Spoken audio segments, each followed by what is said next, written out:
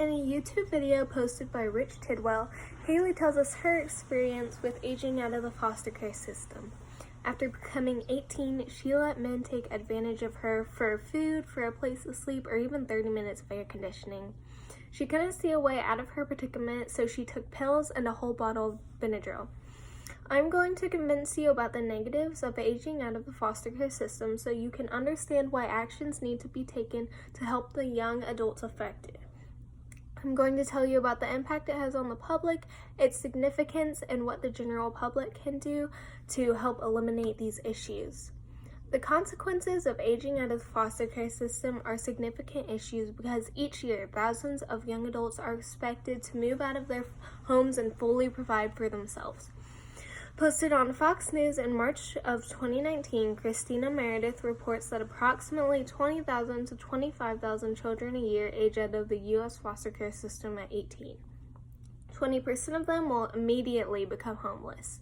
After not succeeding at their new life, former foster kids are likely to fall victim to drugs, gangs, or prostitution. The book Bonding in the Case for Permanence reports that according to the 2005 U.S. Department of Justice, over 15% had been convicted of a crime and 18% of the 20,000 children who age out of the system each year will go to jail. The problems former foster kids face can impact not only themselves but also society. In June of 2018, Jennifer Mellon from Adoption.com notes that about 1 in 4 kids who age out of the system will not graduate from high school, and there is less than a 3% chance for children who have aged out to earn a college degree at any point in their life. And 50% of kids who age out of the system will develop substance dependence. Substance abuse is definitely a direct form of physical harm, but without a basic education, it will be difficult for alumni to attain a good paying job to help them pay for meals and things like health insurance, which will ultimately lead to more physical harm. Within the foster care system, mental health treatment is provided for disabilities such as ADHD, but not for silent mental health issues like depression. According to a 2005 Harvard Medical School study, 1 in 4 alumni had experienced PTSD in the previous 12 months, and more than half had experienced at least one mental health problem. The book Bonding in the Case for Permanence notes that because of issues within the foster care system, in addition to aging out, many of the kids fall victim to a higher incidence of aggression and crime. These kids come out of a system broken and alone, so they turn to opportunities and family-like relationships that are more available to them. And while this is not necessarily their fault, it does cause harm to the public, unfortunately. In a 2016 WFAA news report, Cedric Reed tells his story. By 18, Reed was out of foster care and had joined a gang. He says, being a part of a gang made me feel like I belong. I know that's cliche and you probably heard that before, but it's the truth. The magnitude of the issue is sparked by the ineffectiveness of the system. The structural causality of the system was meant to be a temporary placement while looking for a permanent home. Children age out of the foster care system at 18 in most states, but if eligible, they can be provided with support until the age of 21. After 21, they become ineligible to receive state assistance. FindLaw's team of legal writers and editors notes that this was causing newly emancipated young adults to suffer higher rates of substance abuse, mental illness, teen pregnancy, and homelessness, and arrest. Because of this, the system's current policies need to be reevaluated and reformed. As far as things that are not done that need to be, Katie Dupere of Mashable notes that group homes are often the go-to with teens in the system, and that when they are placed in a group home, they're denied the ability to connect with a permanent adoptive family. There is a major stigma surrounding foster children, and the common belief is that children enter foster care because of their own deviant behavior. However, a 2015 United Kingdom study shows that only 5% of children had entered care due to their own behavior, while 61% had entered due to abuse or neglect.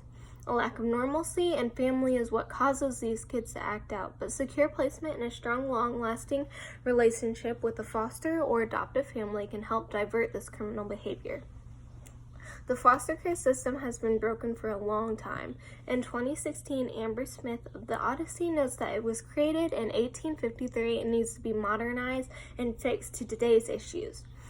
To work toward eliminating the problem, there need to be changes to the system and involvement from the public. While completely getting rid of aging out of the system isn't very likely, there are some things we can do to help kids find a permanent home or to help them cope with the big change. During the child's time in the system, the government needs to work more with their biological parents so that eventually they can be reunited. The government also needs to work more with the caseworkers of the foster kids because with the amount of work they have, it's difficult for them to focus on each kid they're assigned to. The paperwork in general foster parents have to fill out for a temporary placement or therapy, among other things, is excessive and needs to be cut down. And every state should allow fosters to stay in the system until the age of 21, and even after they age out, they should be paired with someone that can help them with things they had while a ward of the state. On HuffPost blog, Dr. John DeGarmo, an expert in foster care, notes that these 3 things are within his top 10 changes he would make to the system to mentally and physically help foster children, but also to more easily find them a permanent placement. There needs to be a plan of action to help change the negative stereotypes of foster children in the eye of the public. There needs to be a greater amount of people advocating for foster kids and making people realize that they aren't in the foster system because they're bad kids, but because they were born into a family that would neglect, abuse, or just not want them. You see celebrities fight for causes that are normally very highlighted, but with the amount of influence they have, they should also be fighting to find good homes for these kids. More blessed people need to be willing to foster, and the supporters of these foster families should be open to basic things like tutoring or babysitting. From HuffPost blog, Dr. John DeGarmo notes how important it is to reshape this conversation, showing and educating all around us what foster parenting is truly like. In the end, there should be a good relationship between costs and benefits.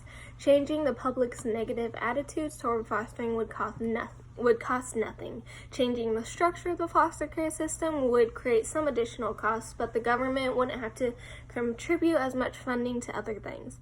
Jenny Jenkins of Adoption.com says that accompanying the number of youth aging out of foster care is an increased cost to the state to address issues that arise as a result.